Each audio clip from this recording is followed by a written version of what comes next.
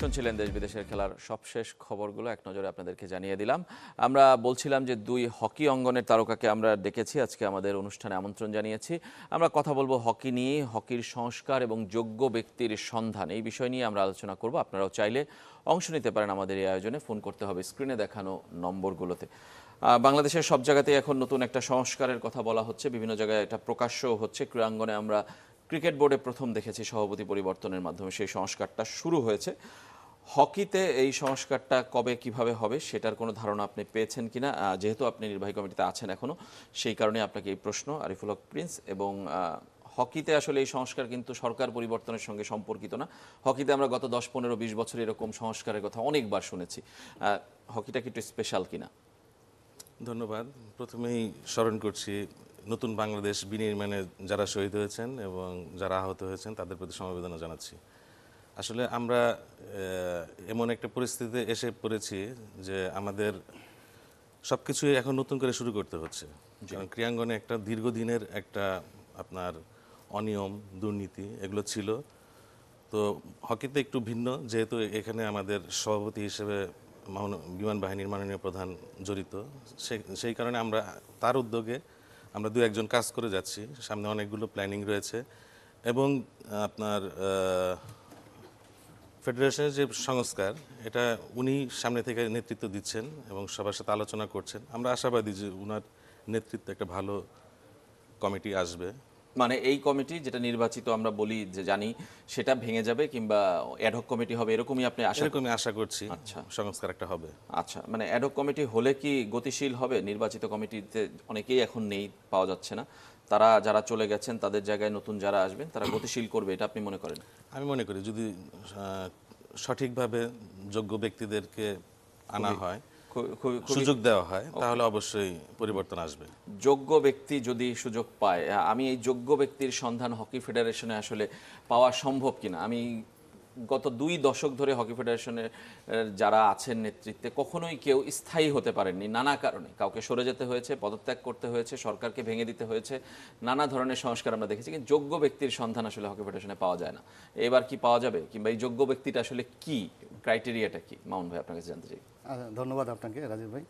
আসলে বিষয়টা হচ্ছে কি যে পরিবর্তনের ছোঁয়াটা আমরা দেশব্যাপী দেখছি, এটাকে অবশ্যই আমরা মানে গোটা দেশ জনতা আমরা অ্যাকসেপ্ট করেছি এবং এটার সাথে আমরা এখন যে পরিবর্তনটা স্পোর্টসে আশা করছি, সেটাকে কোয়ালিটি একটা স্পোর্টস আমরা আশা করছি, যেটাকে মানে আমরা গত 2 দশকে বা তারও আগ ধরে আমরা হকিতে, বিশেষ করে হকিতে 40 বছর ধরে একই ধারাবাহিকতা দেখছি।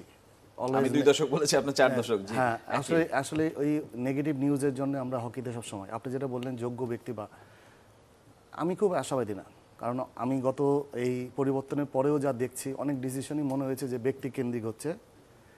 এখানে যারা যে জানি না কে ডিসিশন নিচ্ছে বা কি করছে, এখানে হকির চিন্তা করে কোনো করা হচ্ছে না।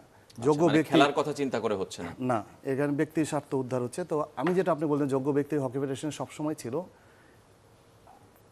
ভবিষ্যতেও আসবে, কিন্তু ওনাদেরকে যোগ্য সম্মান দিচ্ছে কিনা এটা বিষয় একটা।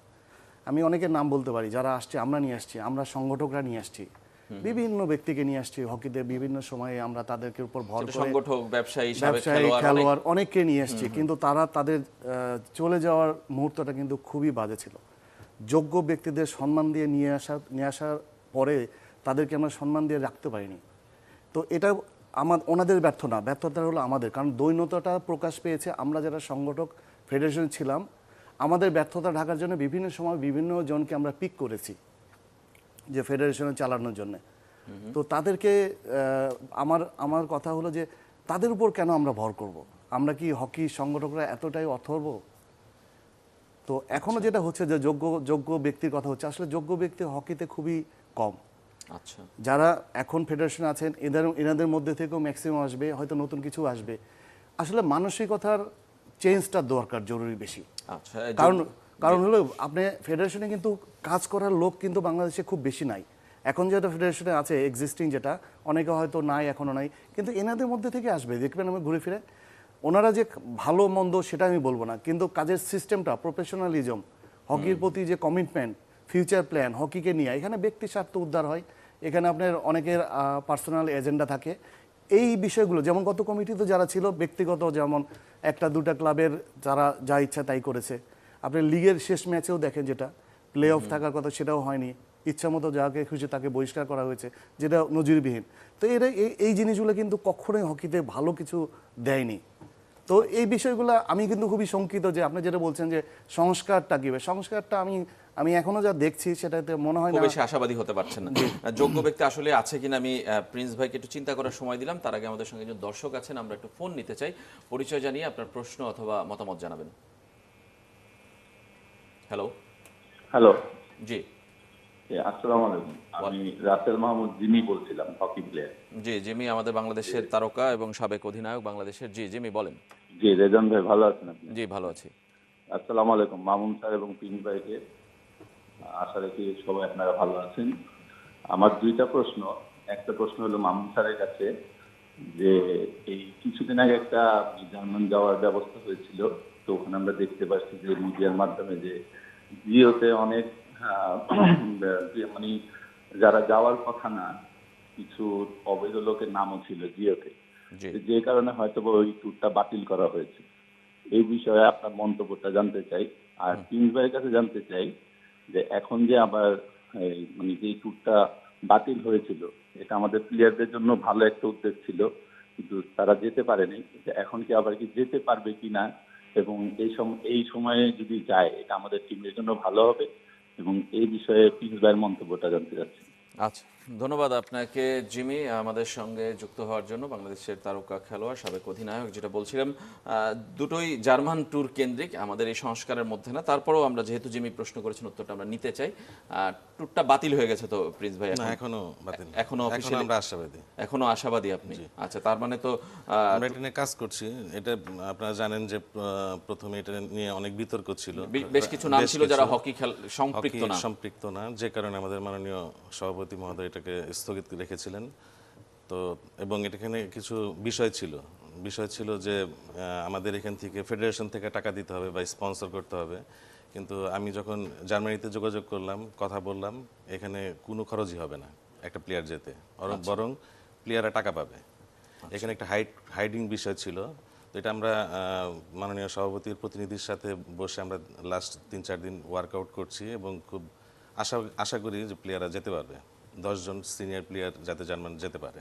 আচ্ছা, 10 জন অন্তত সিনিয়র প্লেয়ার যেতে পারে। মামুন ভাই, এই ট্যুরটাকে আপনি কিভাবে দেখেন? এবং হ্যাঁ, জিমি যেটা প্রশ্ন করেছিল যে এই ব্যাপারে আসলে এটা আমি জানার কথাও না কারা গিয়েছে, কারণ এটা প্রিন্স ভালো বলতে হবে, কারণ প্রিন্স ফেডারেশনের কমিটিতে আছে, কমিটির জয়েন্ট সেক্রেটারি একটা গুরুত্বপূর্ণ পদে আছে। সে বলতে পারবে যে কি প্রক্রিয়া হয়েছে কি।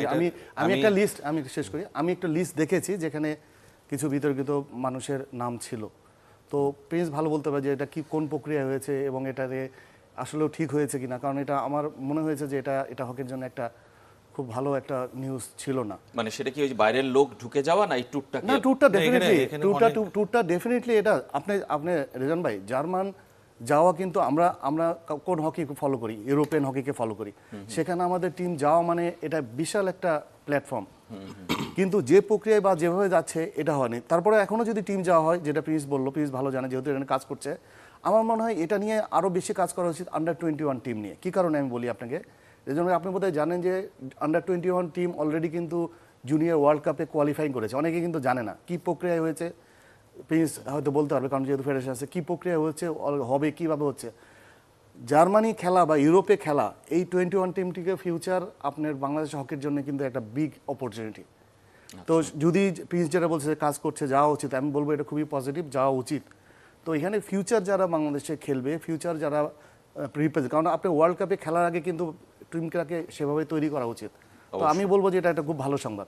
জি প্রিন্স ভাই। এটা আমি 2012 সাল থেকে ইউরোপ যাওয়ার ব্যাপারে আমি শুরুর থেকেই কাজ করছি, এবং 17তেও ওরা গিয়েছিল। তো এবছর আমি আসলে 5 তারিখের আগ পর্যন্ত ফেডারেশনের সাথে কোনো টাচে ছিলাম না, এবং তারা কখনো কোনো প্রয়োজনে আমাকে ডাকেনি। তো 5 তারিখের পট পরিবর্তনের পরে মাননীয় সভাপতি মহোদয় তার প্রতিনিধির মাধ্যমে দায়িত্ব দিয়েছেন, আমরা কয়েকজন মিলে কাজ করছি। আমি মনে করি এটা অবশ্যই একটা বড় অপরচুনিটি বিদেশে, মানে ইউরোপের লিগ খেলা। তো মোহন ভাই যেটা বললো, জুনিয়র এশিয়া কাপ আমাদের আছে, এখানে একটা সমস্যা ছিল, 2 টিম থেকে পাঠানোর কথা ছিল। তো আমরা এখন প্ল্যানিং করছি যাতে 24-এর টিমটা আলাদাভাবে কল করে, যাতে ওরা যাদের সাথে মোকাবেলা করবে জুনিয়র এশিয়া কাপে আপনার চায়না, মালয়েশিয়া, ইন্ডিয়া। তো ওরা চায়না এবং মালয়েশিয়ার সাথে যাতে 15 থেকে 20টা আন্তর্জাতিক ম্যাচ খেলতে পারে একসাথে, যারা জুনিয়র এশিয়া কাপ খেলবে। আর এই 3 মাস আলটিমেটলি সিনিয়র টিমটা বসে থাকবে। তো আমরা চাচ্ছি যে সিনিয়র প্লেয়াররা যাতে, ওদের আবার এশিয়া কাপ আছে জানুয়ারিতে, তো এই টিমটা যাতে ওরা এদের সাথে একটা গ্যাপ না হয়ে যায়, যে কারণে সিনিয়রদের নিয়ে চেষ্টা করছি যে যাতে ওরা ইউরোপিয়ান লিগগুলো খেলতে পারে। এবং এটা আমরা আশাবাদী, আমরা যেভাবে আলোচনা করে যাচ্ছি, এটা যদি ধারাবাহিকতা থাকে, হয়তো আগামী বছরই এটা 25 থেকে 30 জনে চলে যাবে। এবং ঠিকমতো প্রক্রিয়ায় আমরা যদি ইউরোপের সাথে কাজ করি, তাহলে এটা একটা সময় কিন্তু অনেক প্লেয়ার ইউরোপে খেলতে পারবে, যেটা আমাদের জন্য একটা বড় অপরচুনিটি হিসেবে কাজ করবে। যেটা বাংলাদেশ হকি ফেডারেশনে কখনোই থাকে না, যে ধারাবাহিকতার কথা বলেন আপনি 2012, 17, 24, মানে 5-7 বছরের গ্যাপ হয়ে যায়, মানে এই জিনিসটা বাংলাদেশ হকি ফেডারেশনে থাকে না।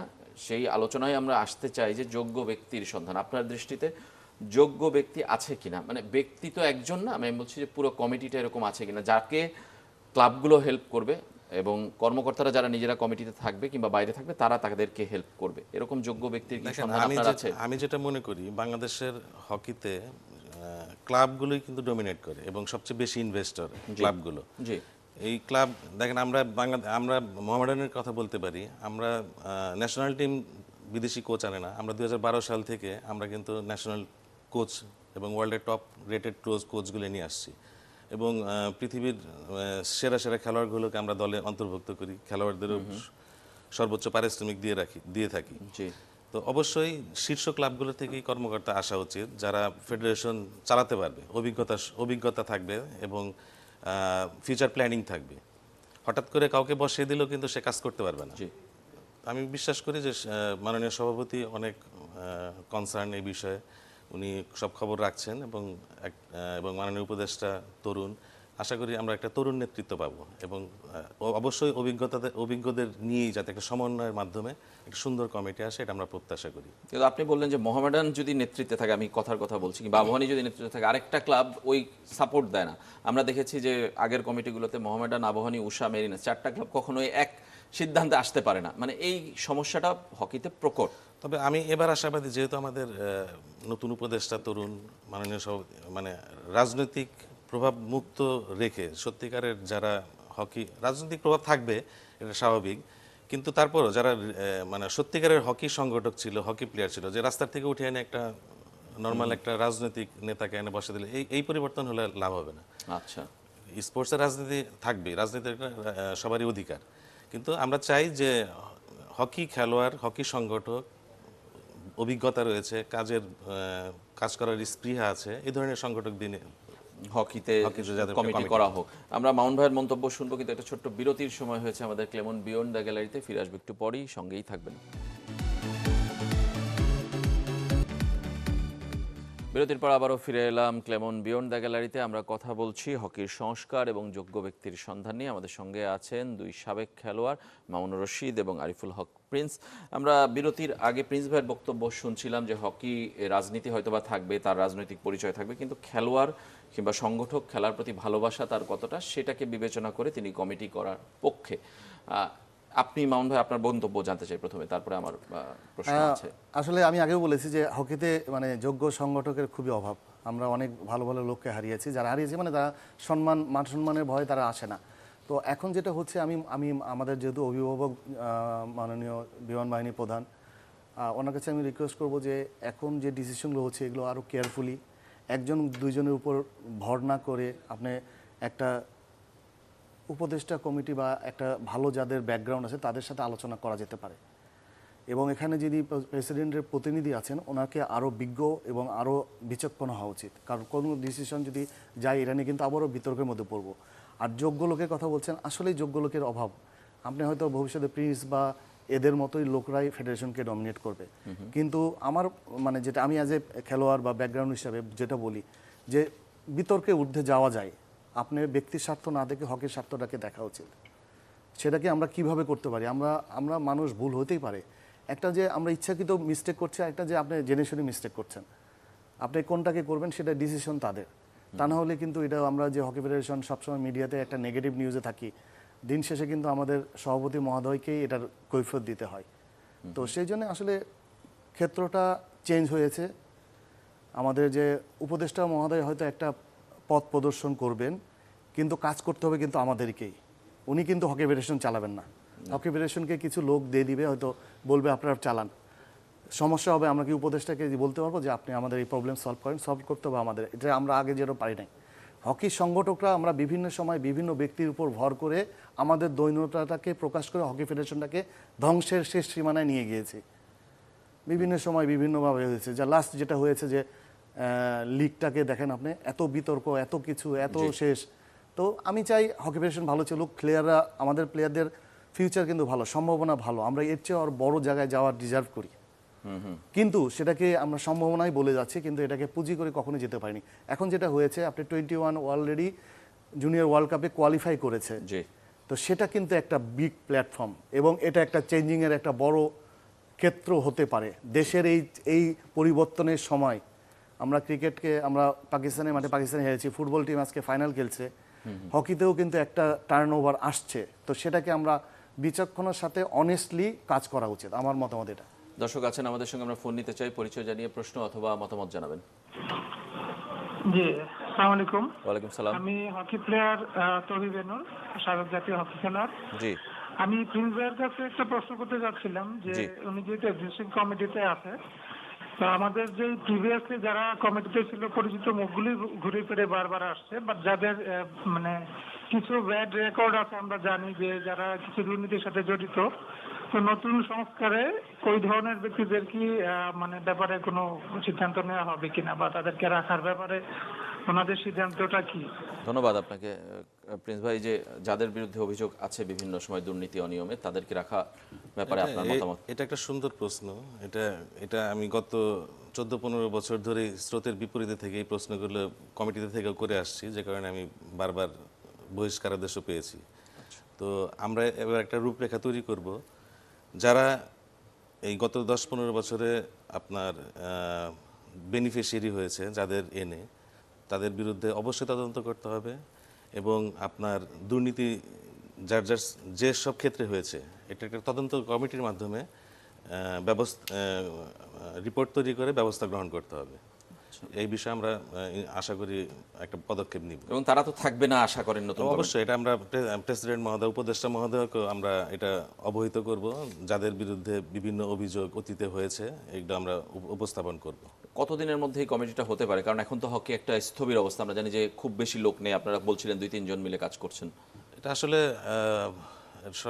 সম্পূর্ণই মন্ত্রণালয়ের বিষয়, তবে মন্ত্রণালয় সার্চ কমিটি করেছে, এরা কাজ শুরু করেছে। আচ্ছা, এবং খুব শীঘ্রই আশা করি একটা সমাধান আসবে।